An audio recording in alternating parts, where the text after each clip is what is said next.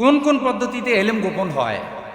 হক কথা না বললে এলেম গোপন হয়। কোরআনের আইনের বিরোধিতা করলে এলেম গোপন হয়। কোরআনুল কারীমের বিধিবিধানের অপব্যাখ্যা করলে এলেম গোপন হয়।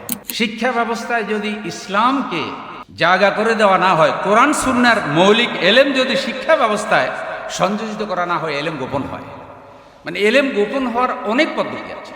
দাঁড়ি ইলাল্লাহ, ওয়াইস, বক্তাদের প্রাণপ্রিয় সংগঠন বাংলাদেশ মজলিসুল মুফাসসিরিন চট্টগ্রাম বিভাগীয় অঞ্চলের আজকের এই দায়িত্বশীল সম্মেলনের সম্মানিত সভাপতি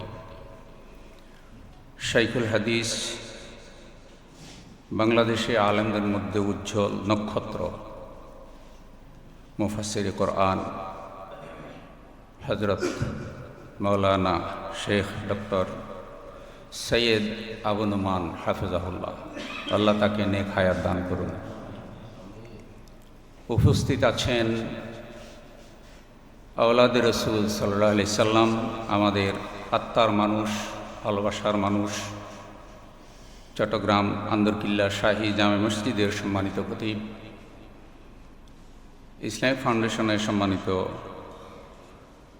বোর্ড অফ ডাইরেক্টর, বিশিষ্ট দ্বীনের দাড়ি হযরত মাওলানা আনোয়ার হোসেন তাহের জাবিরি আল মাদানী হাফিজাহুল্লাহ, সম্মানিত সঞ্চালক, শিক্ষক জনাব ডক্টর আবুল কালাম ভাই, আমার সহকর্মী, সহযাত্রী ওলামা একরাম, দাঁড়ির আল্লাহ, আল্লাহ পাকের প্রশংসা, শুকরিয়া। আল্লাহর মেহমান ওয়ারাসাতুল আম্বিয়া দাঁড়িল আল্লাহ ভাইদেরকে নিয়ে আমরা এ সুন্দর পরিবেশে বসতে পেরেছি, আল্লাহ তৌফিক দিয়েছেন, পড়ি আলহামদুলিল্লাহ। এটি একটি পার্শ্ব সংগঠন। একামতে দ্বীনের এই কাজকে বেগবান করার জন্য সবাই কম বেশি অবদান রেখেছে, কিন্তু আল্লাহ তাআলা তার এক বান্দা আল্লামা দেলোয়ার হোসেন সাঈদী রহমতুল্লাহ আলাইকে প্রেরণ করেছিলেন, যিনি তাফসীরুল কোরআন মাহফিল শিরোনামে একামতে দ্বীনের এই কাজটাকে এদেশের সাধারণ জনগণের কাছে, সর্বশ্রেণীর আলেমদের কাছে পৌঁছায় দিয়েছিলেন। তো সেই ধরনের দাঁড়িল আল্লাহ তৈরি করা, এরকম একটা চিন্তাভাবনা হয়েছে যে আল্লামা সাঈদীদের মতো মানুষরা যদি একলা বা 2-3-4 জন, আরও সাথে যারা আছেন, চট্টগ্রাম তো বাংলাদেশের আলেমদের যদি নক্ষত্র ধরা হয় তাহলে বেশিরভাগের জন্ম চট্টগ্রামে। সুবহানাল্লাহ, আল্লাহ তাআলা এই জমিনকে এত পছন্দ করেছেন। তো আমি তো ছাত্র জীবনেই চট্টগ্রাম তফসির মাহফিল থেকে আমার মূলত ওয়াজ মাহফিলের প্রতি আগ্রহ জন্মে। আমি একসময় বাইতুসাহ আদর্শ মাদ্রাসার ছাত্র ছিলাম, দেওয়ানহাট।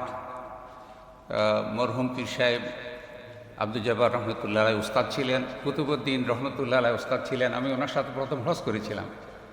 মরহুম সিদ্দিক আহমদ আজাদ রহমতুল্লাহ তার বয়ান শুনতাম আমি ওখানে বসে। মানে অনেকেরই থেকেই উৎসাহিত হয়েছি। আসলে কিতাব থেকে যেমন এলেম পাওয়া যায়, ওস্তাদদের সান্নিধ্যে যেটা পাওয়া যায় এটা কিতাবে পাওয়া যায় না। আবার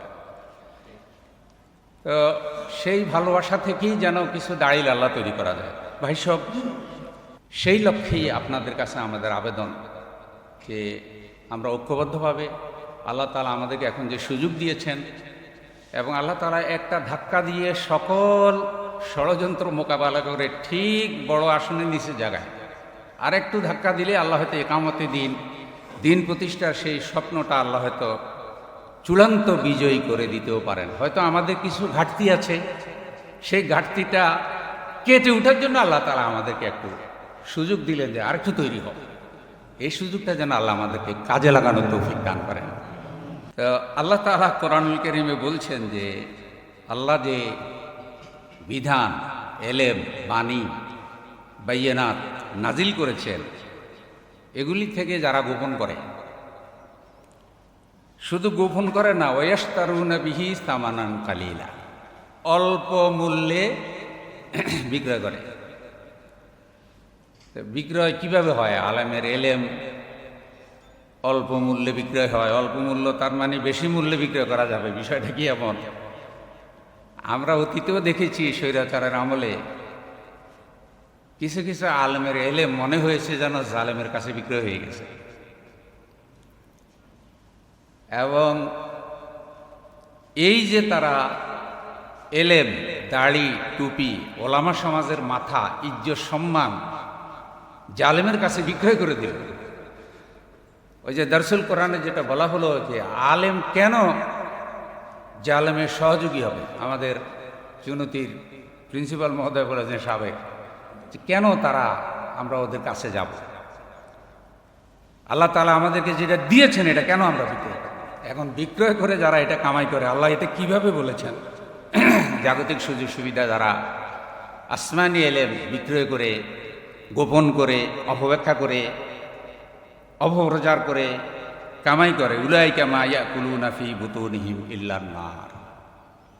তো এর বেশি আর কি বলার আছে? এখন যারা এসব বিক্রয় করে, জাতীয় মসজিদের খতিব হয়েছে অতীতে, যারা এসব বিক্রয় করে শোলাকিয়া মাঠ, বাংলাদেশের শ্রেষ্ঠ ময়দানটা দখল করেছে, যারা এই কোরআনের হাদিসের এলেম, তাদের দাড়ি টুপি জুব্বা বিক্রয় করে শাহবাগের মতো, যেখানে আল্লাহ এবং আল্লাহ রসুলকে গালি দিয়েছে, সেখানে গিয়ে তারা বলেছে আমরা ইমানি দায়িত্ব পালন করেছি। তো তারা তো কিছু না কিছু কি পেয়েছে না ভাই? নেই। মা ইয়াকুলুনা ফি বুতুনিহিম ইল্লান নার ওয়ালা ইউকাল্লিমুহুমুল্লাহু ইয়াওমাল কিয়ামা ওয়ালা ইউযাক্কিহিম। এরপরে আল্লাহ বলছেন ওয়ালাহুম আযাবুন আলীম। এখানে আরো অনেক আয়াত আছে। উলাইকাল্লাযীনা ইশতারাউদ-দালালাতা বিল হুদা ওয়াল আযাবা বিল মাগফিরা ফামা আসওয়ারাহুম আলান নার। তো কোন কোন পদ্ধতিতে এলেম গোপন হয়? হক কথা না বললে এলেম গোপন হয়। কোরআনুল কারীম গোপন, কোরআনের আইনের বিরোধিতা করলে এলেম গোপন হয়। কোরআনুল কারীমের বিধিবিধানের অপব্যাখ্যা করলে এলেম গোপন হয়। শিক্ষা ব্যবস্থায় যদি ইসলামকে জায়গা করে দেওয়া না হয়, কোরআন সুন্নাহর মৌলিক এলেম যদি শিক্ষা ব্যবস্থায় সংযোজিত করা না হয়, এলেম গোপন হয়।